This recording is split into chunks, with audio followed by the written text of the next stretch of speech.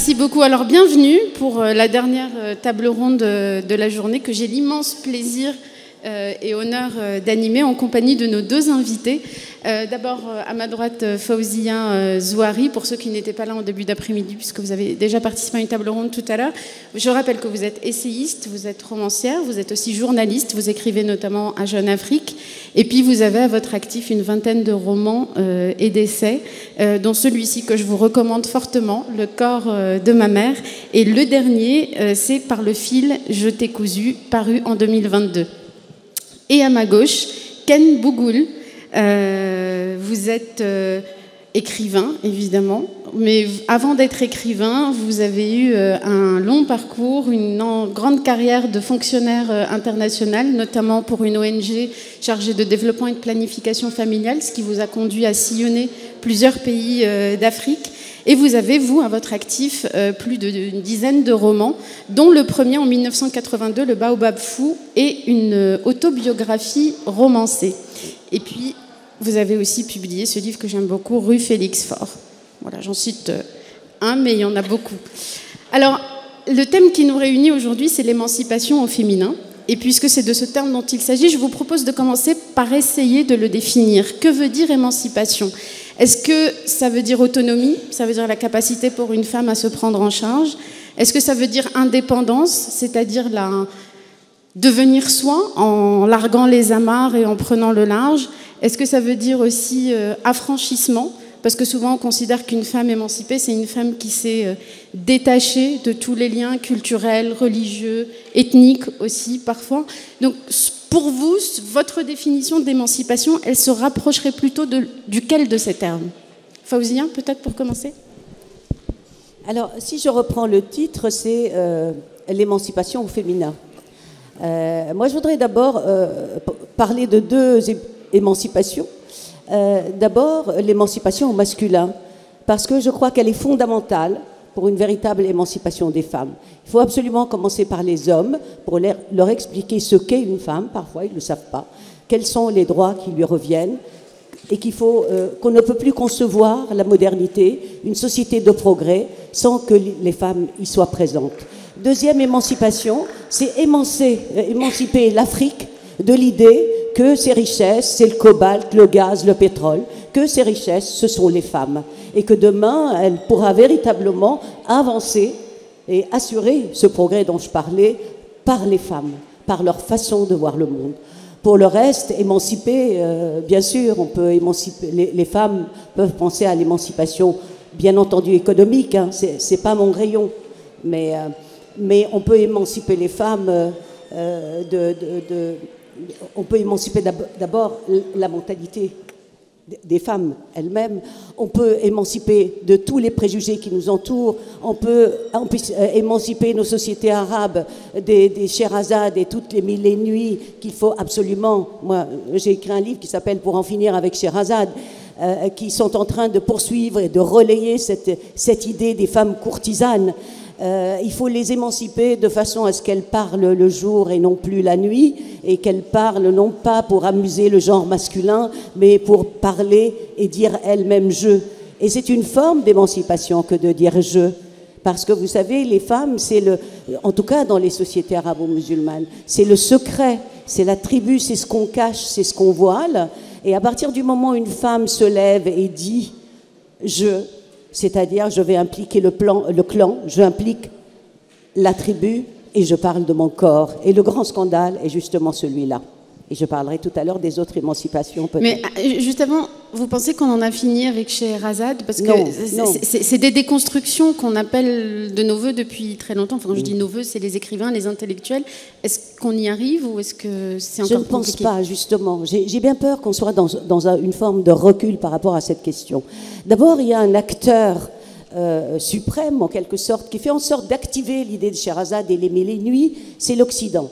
Il ne faut pas oublier que l'homme occidental aussi a pour idéal encore l'éternel féminin et donc une forme de Sherazade.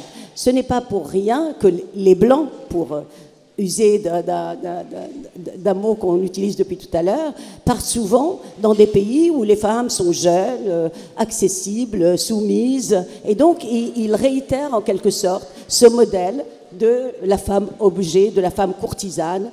Et malheureusement, nous avons aussi une jeunesse, moi je le vois dans nos pays, et même en Europe, qui se conforme à ce modèle. Celui de se dire, ben, en fin de compte, moi je veux un mari qui puisse me prendre en charge, qui puisse faire en sorte de m'assurer ma pédicure, mon sac Chanel, etc. Et puis c'est tout.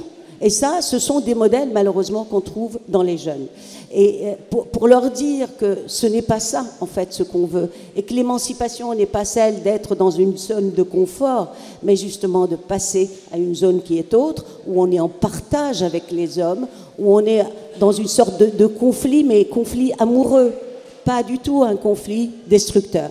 Donc oui, il faut absolument redire qu'il faut assassiner Sherazade. C'est le genre de meurtre symbolique qui nous libérera de la condition de courtisane dans laquelle nous nous sommes complus pendant des siècles.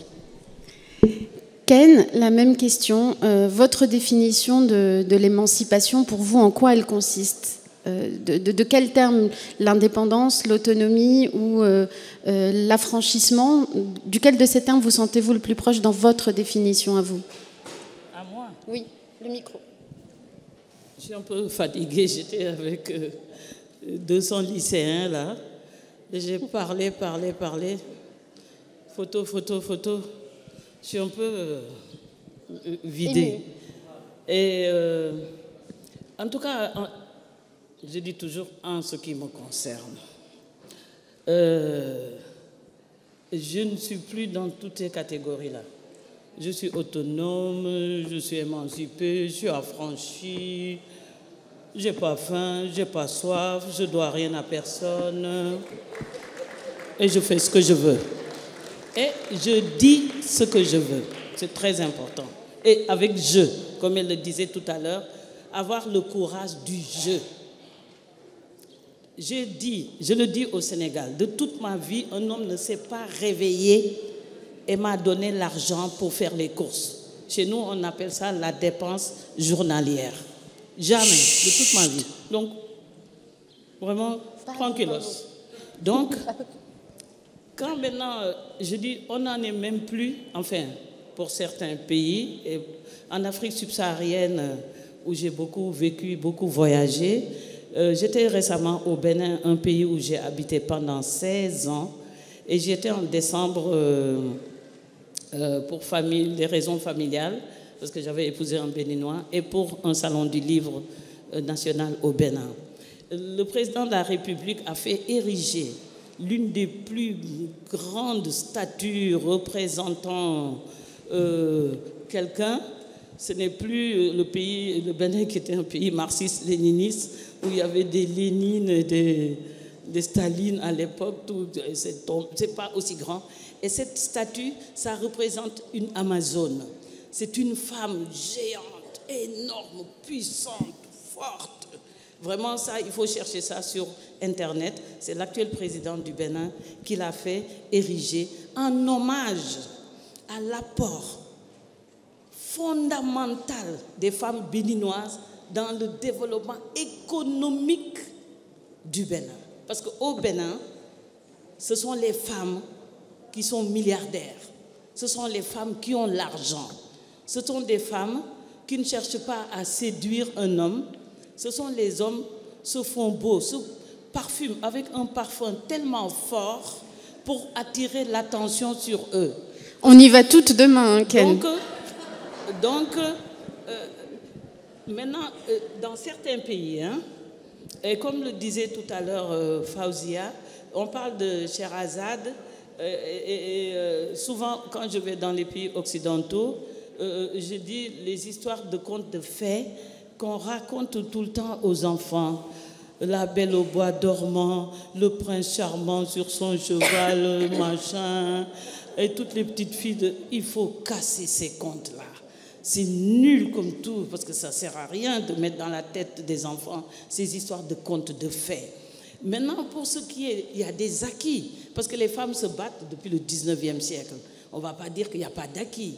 Il y a beaucoup d'acquis. Le problème, c'est qu'il faut rester vigilant, parce qu'il y a toujours des contre-courants. Quand des acquis. Les femmes ont obtenu des acquis et de plus en plus d'acquis, accès à l'éducation, accès à beaucoup de choses, autonomes, les 3V, comme on en parlait au déjeuner.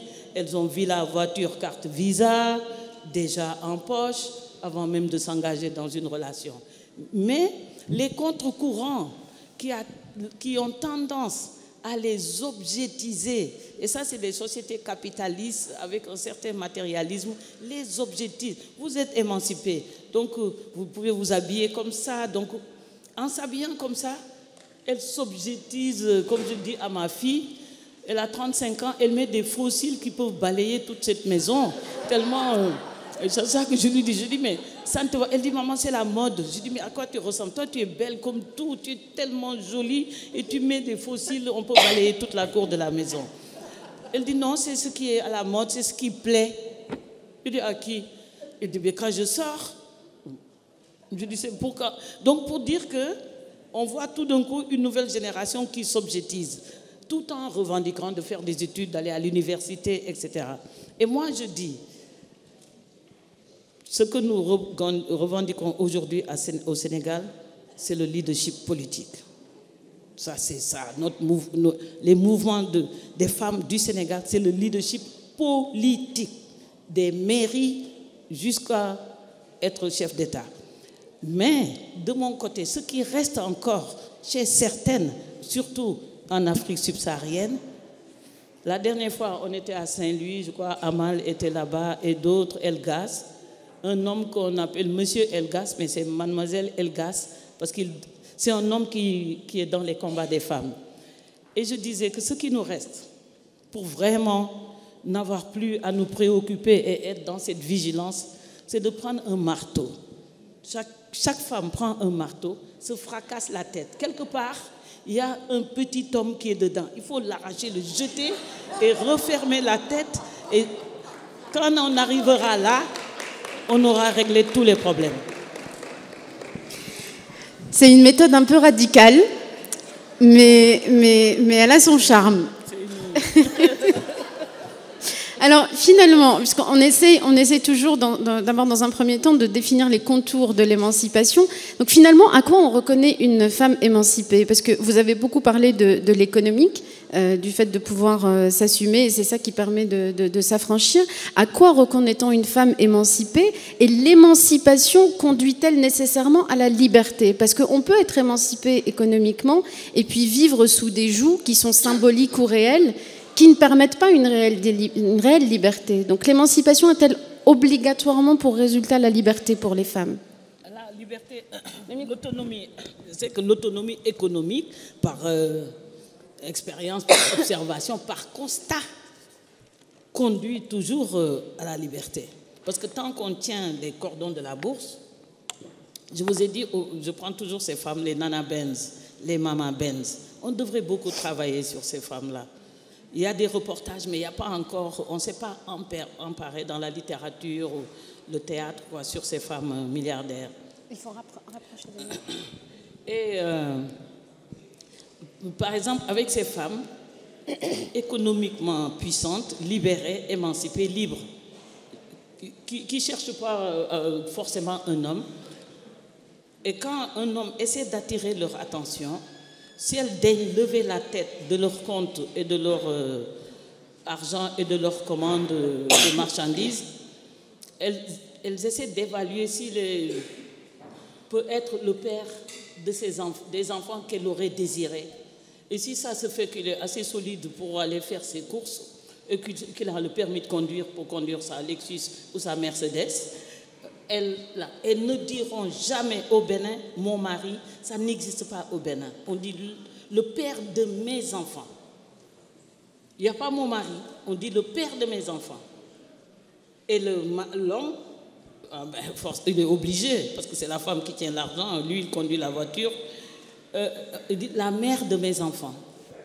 Donc un homme marié aux enfants souvent s'appelle Baba Marietou, Baba Hana et Maman Yasmina.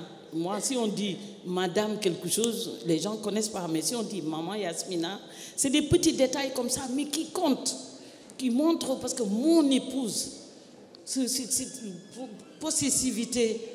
On dit ma compagne, la mère de mes enfants, même la femme de ma vie, c'est plus romantique. Mais mon épouse, comme si on l'avait acheté au souk. Donc il y a ces petits détails encore qui restent. Mais ce que moi j'ai vu dans la puissance des femmes, la puissance économique des femmes en Afrique subsaharienne, cette puissance économique va avec une liberté totale. Même question, Faouzia Zouhari. D'abord, est-ce que vous êtes d'accord avec l'importance du volet économique et est-ce que l'émancipation conduit nécessairement à la liberté? Il marche plus. Faut pas nous mettre en conflit.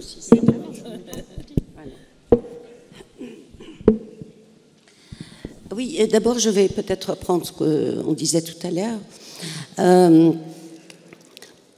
Pendant des années, je ne me suis pas du tout définie comme féministe. J'avais horreur de ce mot-là. Et je faisais un tas de choses en disant, en écrivant même qu'il ne faut pas que le féminisme fasse l'impasse sur le féminin et qu'il fallait absolument que les femmes ne deviennent pas des hommes comme les autres. J'aurais bien voulu continuer comme ça, sauf que le recul actuel, il y a bien un recul de la condition des femmes dans le monde arabo-musulman et dans le monde tout court, a fait en sorte que je réfléchisse un peu plus à ça et que je m'engage un peu plus. Il y a quelque temps, j'étais à Tunis et il y avait un débat. Il y avait Nancy Houston et on lui avait posé la question si elle était féministe et elle a dit non, en quelque sorte. C'était quelque chose qui l'embêtait. Et je lui ai dit que vraiment c'était un luxe de ne plus se dire féministe aujourd'hui, que nous, dans nos pays, il fallait absolument qu'on le soit. Et être féministe, c'est-à-dire être vigilant sur ce qui se passe actuellement, mais aussi être vigilant, par exemple, l'histoire des contes. Être vigilant, c'est travailler sur les choses. Travailler sur les choses, les contes dont tu parlais, par exemple, Blanche-Neige et tout ça, il y a tout un travail actuellement, je ne sais pas si vous êtes au courant, qui est d'inverser les contes. C'est sous forme de livres, c'est sous forme de spectacles, où Blanche-Neige et les autres, eh bien, en fait, ce ne sont plus elles qui attendent le prince, ce ne sont plus elles, mais ce sont elles qui ont le beau rôle là-dedans. Le travail de militantisme est là-dedans. Il nous est d'autant plus nécessaire aujourd'hui qu'il faut savoir et dire encore que nous reculons. Moi, je l'ai vu dans la société tunisienne depuis la révolution, la fameuse révolution, à quel point nous avons reculé, à quel point nous avons maintenant des débats d'arrière-garde. Nous, les Tunisiennes, les filles de Bourguiba, on se disait, c'est terminé la polygamie, c'est terminé le tutorat. Et voilà que quand les islamistes arrivent, la première chose qui se discute à l'Assemblée nationale, doit-on, oui ou non, retour aux polygamies, rétablir le tutorat, interdire ou non l'avortement. Donc nous sommes nous avons reculé de 50 ans. Et ça, il faut vraiment être vigilant là-dessus. Il y a une autre chose pour l'émancipation, et je termine avec ça. Parfois, il faut émanciper les femmes, les émanciper des femmes elles-mêmes. Parce que nous avons un courant de femmes maintenant qui sont dans ce qu'on appelle le féminisme islamique, je ne sais pas quoi, qui sont dans un discours qui se complaît dans la domination masculine. Moi, je sais que j'ai fait un papier, et je me suis fait engueuler d'ailleurs dans Jeune Afrique, pour attaquer carrément une association de Sénégalaises, de femmes au Sénégal, une association de femmes qui s'intitule l'association pour soutenir la polygamie. Je trouvais quand même ce positionnement de femmes aberrant. Et donc, il faut faire attention des luttes des femmes contre les femmes. On ne le voit pas. Mais c'est une dynamique actuelle dans nos sociétés, les femmes qui acceptent d'être dominées, les femmes qui acceptent d'être prises en charge économiquement. Et dernière chose, puisqu'on parle de décolonisation et d'émancipation, il ne faut pas croire que quand on est émancipé, eh bien on est décolonisé ou vice-versa. Césaire disait que lui, il était émancipé, mais colonisé. Dans certains pays arabes, ils disent qu'ils sont décolonisés, mais ils ne sont pas émancipés pour autant, en tout cas, pas pour la question féminine. Il y a des questions, il y a des pays, comme les pays du Golfe, où économiquement parlant, les femmes ont de quoi vivre et vivre largement, et qui ne sont pas émancipés. Donc, est-ce que la question économique, est-ce que vraiment c'est la solution pour les femmes? Est-ce qu'il ne faut pas agir sur les symboles, sur les discours masculins? Est-ce qu'il ne faut pas déconstruire? Bref, est-ce qu'il ne faut pas être tout le temps là pour dire nous sommes là, nous vous regardons et nous avons une voix et nous avons un discours sur le monde et nous débattons avec vous sur tout et peut-être que nous sommes la solution pour le monde. Là, vous soulevez un sujet qui fait beaucoup débat. Vous avez d'abord évoqué le féminisme islamique. Alors, juste pour rebondir, et ensuite je vous donne la parole, Ken, pour continuer. Mais est-ce que vous ne pensez pas, et sans tomber dans les débats sur le relativisme culturel, etc., qui font sens aujourd'hui, est-ce qu'il y a une seule forme de liberté pour les femmes? Et est-ce que, par exemple, dans des pays, on le voit, comme l'Iran, comme l'Afghanistan, où le seul référentiel audible au niveau des décideurs, c'est le référentiel religieux, est-ce que ce n'est pas, quand c'est une stratégie limite de survie aujourd'hui pour certaines femmes dans ces pays, intelligent d'utiliser ce référentiel? Parce que l'objectif du féminisme islamique, c'est pas de justifier la domination masculine, c'est de dire que depuis des siècles, les textes religieux sont interprétés par des hommes et que donc nécessairement il y a un biais patriarcal dans l'interprétation de ces textes et donc elles se les réapproprient pour justifier leur désir de liberté. Est-ce que quand c'est une stratégie, on ne peut pas l'accepter? Et est-ce qu'il y a une seule forme de liberté aujourd'hui que toutes les femmes du monde devraient partager selon vous? Bon, il faut faire attention aux impostures. Pour moi, le féminisme islamique ou islamiste est une imposture. Je ne vais pas rentrer parce que là, il nous faudrait des heures. En fait, cette question s'est posée en 1995, la première fois.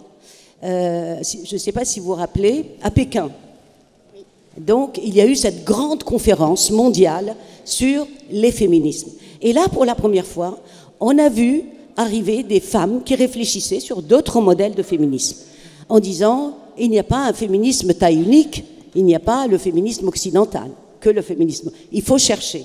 Et donc, c'est là, d'ailleurs, c'est le contexte. Hein. N'oubliez pas que juste avant, il y a eu la révolution iranienne, avec toutes ces femmes dans les rues. L'histoire, ça avance par des images aussi.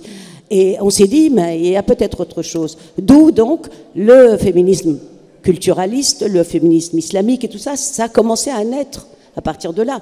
Et nous, en Tunisie, ça a commencé à naître avant. Le jour où Bourguiba a voulu serrer la main d'une étudiante à la faculté et elle a retiré sa main. On a su que là, commençait quelque chose qui, hop, allait rejeter tout ce que Bourguiba avait apporté. Alors moi aussi, bien sûr, vous savez, hein, je me suis posé la question. Et donc j'ai commis un livre qui s'appelle « Pour un féminisme méditerranéen », pour chercher la solution, pour dire justement comment rester femme tout en étant féministe. Et donc, j'ai cherché le modèle en Méditerranée, en me disant la Méditerranée, c'est la seule demeure où les femmes sont à la fois reines et sorcières. C'est là où les femmes ont subi de tout, mais c'est là où les femmes ont été des déesses. Et peut-être que là-dedans, on peut trouver des choses. Donc, j'ai essayé. Hein. Après, j'ai avancé, et quand j'ai vu donc ce recul, ce reflux un peu contre le féminisme, j'ai dû un peu plus peut-être m'engager. Et donc là, je suis beaucoup plus dans ce que j'appelle, moi, enfin c'est mon positionnement, non pas du tout le féminisme culturel ou culturaliste, parce que c'est une façon de dire oui à la tradition, et dire oui à la tradition, c'est dire oui à tous les signes qui oppriment ou dominent la femme et qui portent atteinte à l'intégrité de son corps. On peut dire l'excision, c'est la tradition, eh bien on y va. C'est ça qui me fait peur, moi, dans le discours culturaliste. Donc moi, je suis pour un féminisme universel. Universel, ça ne veut pas dire occidental. C'est-à-dire qui lutte d'abord pour les droits et les libertés des femmes, c'est simple. Si les droits et les libertés viennent du côté d'Occident, elles auraient pu venir du côté asiatique ou ailleurs, je m'en fiche. L'essentiel, je prends ce qui est de l'ordre de l'universel. Et donc tous ceux qui disent « Ah, mais tu es ce qu'on appelle le parti de la France, vous êtes ceux qui relayent le modèle occidental ». Non, je ne relaye pas du tout le modèle occidental. Je suis pour un féminisme où toutes les femmes se retrouvent, où tous les droits des femmes sont reconnus, où l'universalité de la justice est chose concrète. Donc voilà, les femmes, on devrait, à mon avis, se situer là, dans cet espace-là. Ken Bougoul. Non, pourquoi ça marche pas? Ça marche. Ken Bougoul, la même question. Est-ce que ça marche? Oui? J'ai l'impression que ça ne marche plus. Même question sur la notion de féminisme universel et surtout la question de la liberté doit-elle prendre les mêmes formes et s'exprimer de la même façon pour toutes les femmes où qu'elles soient. Mais c'est quoi la liberté? Selon vous, c'est quoi? C'est quoi c'est quoi la liberté? Parfois, il y a quand même des concepts comme ça, parce que vouloir vraiment, c'est vouloir ce qu'on ne veut pas. Il faut presque philosopher sur le mot liberté. Mais ce que je suis entièrement d'accord avec elle pour ce qui est d'un féminisme universel en termes de droits des femmes partout dans le monde. Et je crois que de plus en plus, dans beaucoup de pays, les femmes sont en train d'acquérir, de bénéficier de ces droits qu'on peut retrouver aussi bien en France, à Dakar ou à Nairobi, ces droits universels. Par exemple, maintenant, je quitte le golfe de Guinée de ces femmes économiquement puissantes pour revenir au Sénégal. Par exemple, au Sénégal, pour ce qui est de la polygamie, c'est une législation votée avec même des femmes qui étaient députées à l'Assemblée pour dire on peut dire on est contre la polygamie, mais il y a des femmes qui sont pour la polygamie. C'est-à-dire qu'elles ne veulent pas avoir un homme avec elles tous les jours. Et ce qui a fait ça, c'est quand les femmes étaient de plus en plus éduquées.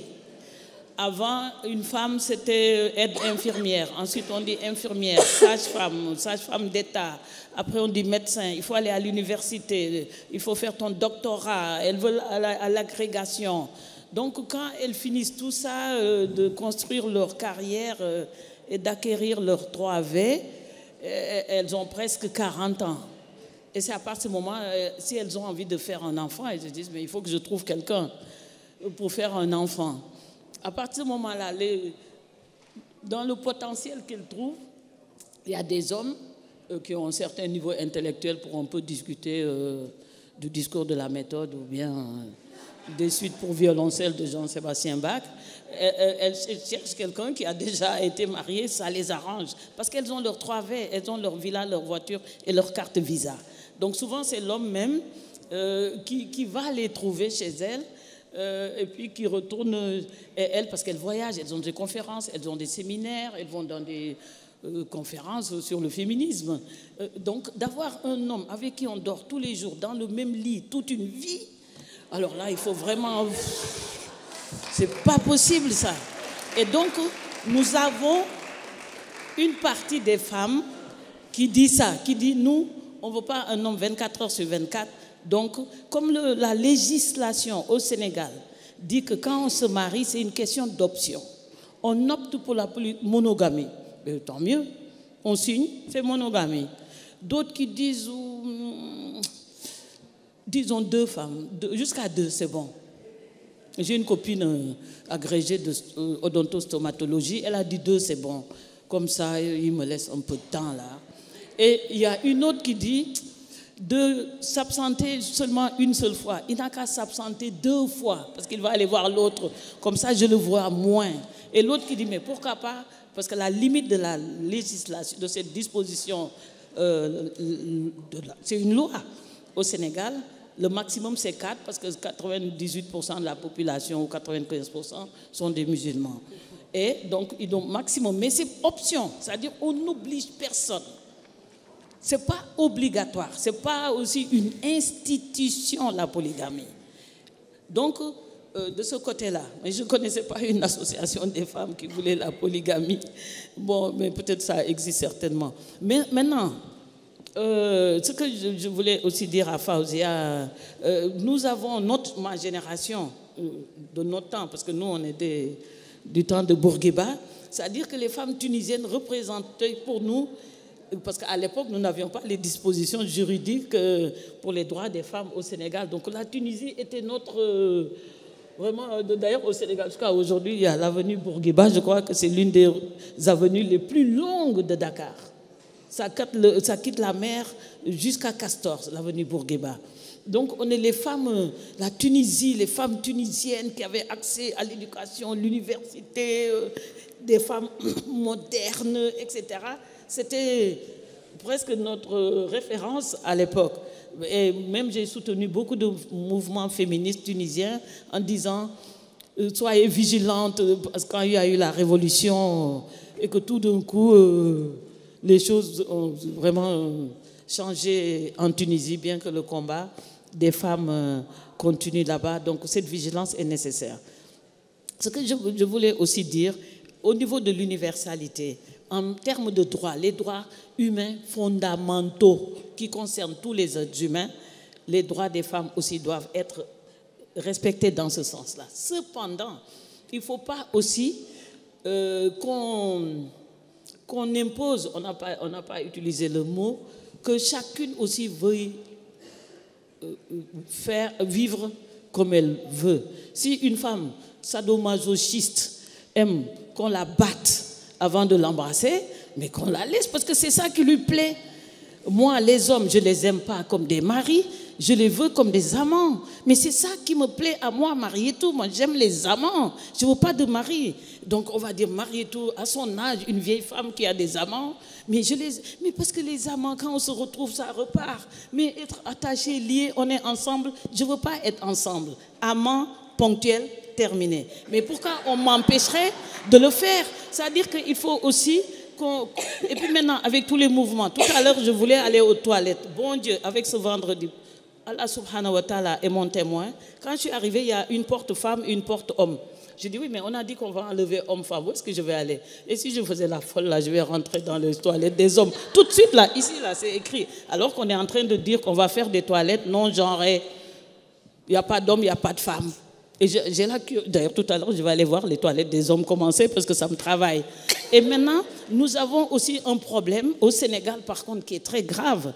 C'est l'homosexualité des femmes et l'avortement. L'avortement, au Sénégal, il y a une réticence à l'avortement. On est en train d'essayer d'accorder l'avortement en cas d'inceste ou de viol. Pour la santé de la mère et de l'enfant, ça, c'est les médecins qui ont avancé pour faire ça. Le dossier est toujours à l'Assemblée. On a ce problème. L'homosexualité, on dit, si on voit deux femmes qui s'embrassent, ça, c'est la police, commissariat, dépôt, etc. Donc, notre combat maintenant, c'est vraiment au niveau de nos orientations sexuelles, de la liberté de disposer entièrement de nos corps, de notre fertilité et de notre fécondité, et de faire un avortement quand on en a envie. Ça, c'est les points sur lesquels nous sommes en train de nous battre pour le moment. Alors, on est loin d'avoir abordé toutes les questions que je voulais aborder avec vous, mais je vous pose une dernière question pour ne pas frustrer le public, parce que je suis sûre qu'ils sont assoiffés de questions. J'aimerais après répondre à Ken pour ce qu'elle vient de dire. Oui, en répondant à la dernière question, pour les regrouper, la deuxième partie de cet entretien avec vous devait être consacrée à votre identité de femme de lettres, parce que vous êtes femme et vous êtes aussi femme de lettres, vous écrivez. Donc, je voulais vous poser la question de la place qu'occupe l'émancipation féminine dans vos récits, au regard de vos parcours personnels, et aussi du regard qui est porté sur vous, parce que vous avez évoqué tout à l'heure le regard occidental, avec le regard orientalisant, les Scheherazade, etc. Mais il y a aussi une attente de certains sujets quand on est femme du Sud et qu'on écrit. Il y a souvent cette idée que les femmes sont enfermées dans une posture très victimaire et qu'on attend de ces femmes écrivaines qu'elles reviennent tout le temps sur ces mêmes sujets. Est-ce que c'est quelque chose que vous vivez? Et est-ce que dans le milieu littéraire, éditeur compris, c'est des choses qui pèsent encore aujourd'hui dans votre parcours littéraire? Voilà, je suis désolée. J'ai regroupé 4 questions en une, et après on donne la parole au public. Alors, moi je ne suis pas du tout pour les arrangements et les fatwas personnels pour les femmes. Je suis pour la loi. Je suis la fille de Bourguiba. C'est-à-dire que pour que ça avance pour les femmes, il faut des lois. Le jour où Bourguiba a dit pas de polygamie, il n'était plus question d'être polygame. Parce qu'on peut toujours dire, hein, alors que maintenant, on a aussi des femmes qui sortent à la télévision en Tunisie en disant mais il vaut mieux parce qu'il y a beaucoup de femmes célibataires, c'est mieux de faire ça que l'adultère, enfin tout ça. Mais heureusement, il y a toujours cette loi. Je pense qu'il ne faut pas tomber dans ce piège de dire mais après tout, on peut faire ce qu'on veut, on peut s'arranger. Quand même, j'ai même entendu dire ah oui, mais il y a l'excision, mais vous savez, on leur donne des formations sexuelles auparavant pour leur expliquer comment avoir du plaisir malgré tout. Je ne suis pas pour ce que j'ai appelé les fatwas personnels pour s'arranger. Je suis pour sortir de sociétés qui sont malheureusement des sociétés assez hypocrites, dans lesquelles la vie privée et la vie publique ne sont pas les mêmes. Dans les sociétés musulmanes, quand vous êtes sur la place publique, vous donnez l'exemple. Et quand vous êtes dans le privé, vous faites ce que vous voulez. Wa idha asaytum fastatiru. Hein? Si vous commettez un péché, faites-le derrière le voile. Nous continuons là-dedans. Et pour nouer avec la question de l'écriture, moi je me rappelle, une fois j'avais pris un taxi en Tunisie et il m'a dit « Qu'est-ce que tu fais ?» J'ai dit « J'écris ». Et il m'a dit « Comment ? Ça va pas ? C'est haram. » Donc j'ai dit « Pourquoi ?» Il m'a dit « Eh ben, je vais te raconter une histoire. » Et il m'a dit un jour, il y a une femme qui a beaucoup péché et qui a appelé l'ange Gabriel et elle lui a dit « Gabriel, s'il te plaît, est-ce que tu peux aller voir Dieu et lui demander de me pardonner ?» Et donc Gabriel, dans toute sa bonté, est monté vers Dieu et lui a dit « Est-ce que tu peux pardonner à ta créature ?» Et Dieu a dit « Va et dis-lui, je pardonne. » Donc il descend et il voit la femme, « Dieu te pardonne. » Elle dit « Mais non, c'est pas possible, c'est que tu ne connais pas l'ampleur de mes péchés, parce que voilà ce que j'ai fait. » Et donc, elle raconte par le détail l'adultère, l'inceste, enfin tout ce qu'on peut imaginer. Et elle lui dit, maintenant, tu remontes et tu demandes à Dieu s'il me pardonne. Donc, l'ange Gabriel remonte et dit à Dieu, voilà ce qu'elle a fait, est-ce que tu pardonnes? Et Dieu dit, non, tu descends et tu lui dis que je pardonne pas. Et Gabriel dit, mais enfin, il y a un quart d'heure, Dieu, tu m'as dit que tu as pardonné. Et Dieu dit, oui, mais il y a un quart d'heure, il n'y avait qu'elle et moi qui étions dans le secret. Voilà nos sociétés. Tant que les choses ne sont pas dans la vie publique, ce sont là nos marges de liberté. C'est pour ça que moi je dis souvent, et les hommes arabo-musulmans ont peur de ça, les femmes de chez nous n'offrent pas les signes extérieurs de la liberté, mais au fond elles sont libres. Elles sont libres dans ces espaces-là où justement elles exagèrent à faire l'interdit, le péché, par défaut de pouvoir le faire par la loi et dans l'espace public. Et moi, je suis pour dépasser cet état-là et être dans la clarté de la loi et nous donner les droits par la loi, comme il le faut.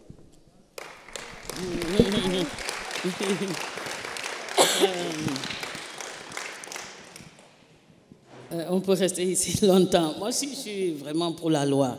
Mais en même temps, je suis quand même pour... Les organisateurs ne vont pas être contents. Je les vois me faire les gros yeux. Ah bon, donc, il ne faut pas rester longtemps pour donner la parole au public. Je voulais dire, par exemple,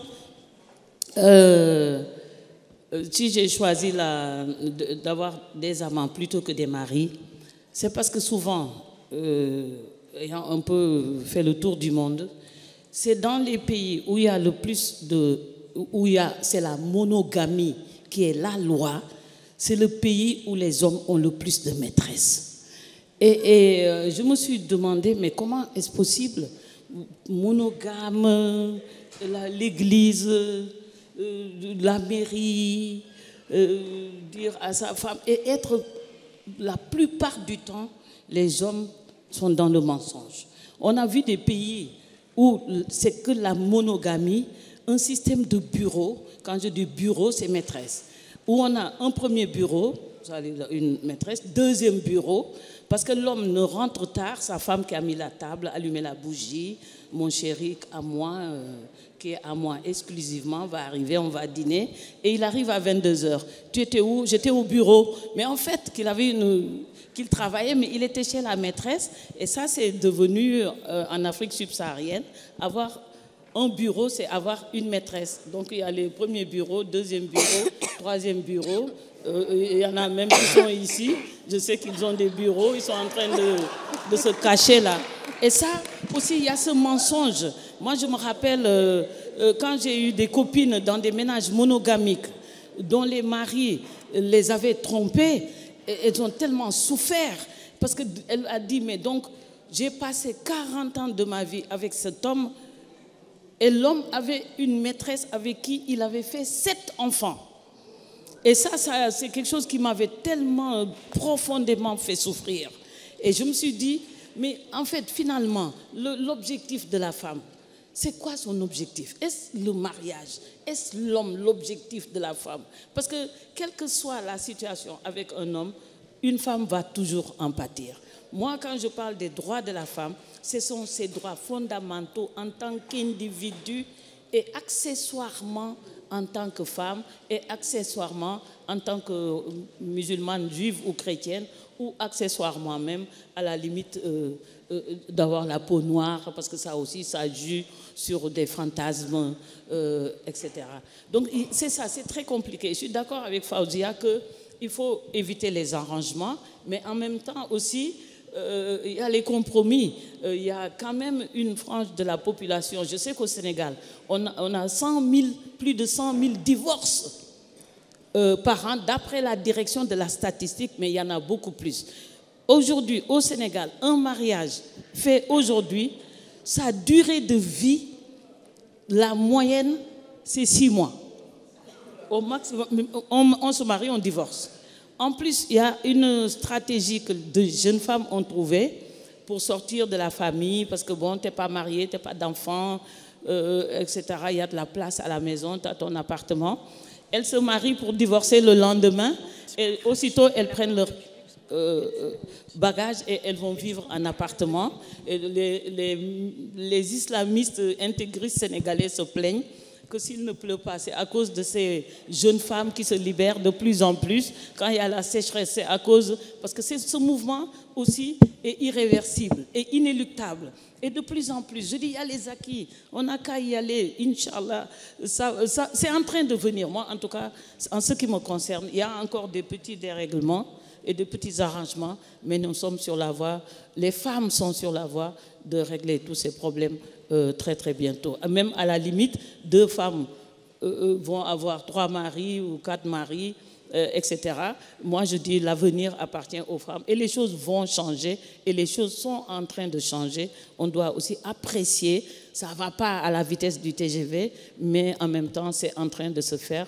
Et on continue l'éducation, la sensibilisation. Les mouvements sont tout le temps au Sénégal, partout en Afrique subsaharienne, en train de travailler sur les droits universels de la femme. Alors, moi, je voudrais poser une question à toutes les deux. Merci de nous avoir servi cette très belle discussion. À Fauzia, je comprends très bien quand vous dites que souvent, quand les gens se plaignent quand on leur demande de réformer leur société de l'extérieur. Des gens qui viennent, qui disent, voilà, vous devez arrêter l'excision ou arrêter la polygamie. Je comprends ça parfaitement. Je comprends. Mais je voudrais aussi poser la question aussi à Ken Bougoul. Est-ce que vous avez revisité un peu le matriarcat en Afrique, qui peut servir de fondement aussi pour toutes les réformes dont vous parlez. Toutes les réformes, non seulement les réformes dont vous parlez, pour améliorer la condition de la femme, ou en tout cas pour donner du pouvoir à la femme, mais aussi les mêmes choses que Fauzia aussi est en train de réclamer. Donc je pense qu'il faut faire, ce serait bien que vous revisitiez toute l'histoire du matriarcat en Afrique. Ça peut aider et ça peut aussi vous donner un point de jonction tous les deux. Oui, c'est en train de se faire. En train de se faire. Merci. Effectivement, bien sûr, en Méditerranée aussi, hein, et en Afrique, le matriarcat est quelque chose d'important. Et quand vous remontez dans l'histoire des Arabes, cette fois-ci, avant l'islam, il y avait un matriarcat très important. Effectivement, il faut revisiter le monde. On a eu une exposition superbe à Rabat il n'y a pas très longtemps, qui a été lancée par un Algérien qui s'appelle Abdelkader Damani, et ça s'appelait Un instant avant le monde. Et il nous a demandé, en tant qu'écrivaine et peintre, de voir le monde avant qu'il ne soit monde, donc d'un point de vue des femmes. Et effectivement, revisiter l'histoire en cherchant où les femmes avaient le pouvoir, c'est important. Mais il ne faut pas s'arrêter là. Il faut le revendiquer de nouveau, c'est ça. Mais pas pour une nouvelle domination femmes-hommes, mais pour un équilibre possible. Tout à fait. Oui, bonjour. Oui, parce que c'était juste une parenthèse, même qu'on est perdu, par exemple, en Afrique subsaharienne, même en Afrique du Nord. Ça, c'est la période coloniale aussi qui a occulté la ligne matrilinéaire, le matriarcat. Et parce que le colon, il est venu avec le type de femme aliénée, qui ne connaissait rien, qui ne savait que servir le thé, qui ne sortait même pas à cause des mouches, etc.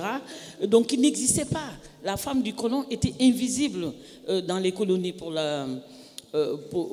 les femmes. Mais en même temps, le colon avait décelé le potentiel des femmes africaines. Et il a tout fait pour les écraser et mettre l'homme à l'honneur, avec les missionnaires aussi, l'homme chef de famille, parce qu'on a eu beaucoup de missionnaires aussi au Sénégal. C'est un pays musulman, mais c'est un pays chrétien aussi, qui sont venus avec l'image de l'homme, comme je le dis toujours. Dieu est masculin, les prophètes, c'est des messieurs qui ont été aidés par des femmes pour devenir ce qu'ils sont. Et l'imam, comment elle s'appelle, cette écrivaine égyptienne, Nawal el-Saadawi, The Fall of the Iman. Nawal el-Saadi, c'est quelqu'un dont les femmes ne lisent pas ou ne relisent pas. Mais ça, c'est les temps de ma génération aussi. Et déjà, on voyait comment toutes ces images ont été aussi écrasées par les religions. Les religions ont vraiment... tous les problèmes des femmes viennent des religions. Depuis Adam, Ève, on dit qui a mangé la pomme, qui t'a fait manger. On dit la faute c'est à qui? C'est à la femme. La femme associée au diable, etc. Parce qu'on dit, oh là là, il ne faut pas prier derrière une femme parce que quand elle va se baisser, tu vas avoir la tête qui tourne. C'est-à-dire que vraiment, les religions ont diabolisé les femmes entre guillemets. Donc tout ça aussi, c'est des choses que nous sommes en train de revisiter. Et comme l'a dit Faouzia, pas aussi s'arrêter seulement à ça, mais rassembler le maximum de potentiel que nous avons et les insérer dans les dynamiques que nous avons, que nous menons en ce moment pour arriver à cette liberté totale de la femme. Et j'aurais aimé que ce sociologue, Elgas, malheureusement, je crois qu'il est parti. Elgas, il n'est pas là, parce qu'il a beaucoup sur les femmes travaillé sur cet aspect de comment les religions aussi ont vraiment écrasé les femmes. Oui, merci. Il y a quelques années, j'avais publié un livre qui a pour titre « Que vivent les femmes d'Afrique ?» et j'ai fait un tour de certaines universités pour aller présenter ce livre. Et un de mes collègues à l'université de Cape Coast m'a dit, mais de quoi vous parlez? Vous parlez de patriarcat, vous parlez de toutes ces violences qui frappent, qui détruisent, qui empêchent les femmes de respirer. Respirer parce que c'était le dernier mot de mon essai. Mais vous voyez là, nous sommes des voisins. Vous êtes de Côte d'Ivoire, moi je suis du Ghana, mais vous le savez, ce dont vous ne parlez pas assez, c'est ceci, que dans certaines cultures, que vous les connaissez, les femmes restent chez elles et elles sont comme dans des voitures. Et ce sont les hommes qui montent et qui descendent. J'ai retenu la leçon.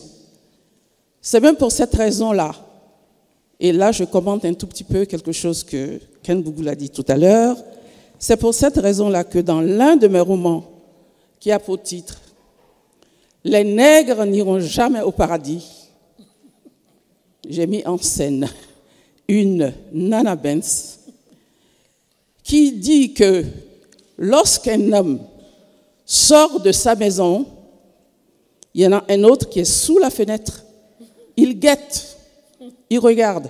Est-ce qu'il y a toujours un homme dans la maison? S'il n'y a plus d'homme dans la maison, il frappe à la porte et il rentre. Merci. Merci Tanela. Est-ce que vous voulez dire un mot de la fin, Fawzia Zouari et Ken? Un petit mot de la fin? Ou on conclut? Ken? Vous n'avez plus, vous n'avez plus rien à dire? Vous voulez pas un mot de la fin? Ça dit que nous sommes en train de prendre le pouvoir, mais après des siècles de religion, de colonisation, etc., etc., nous sommes en train de prendre le pouvoir.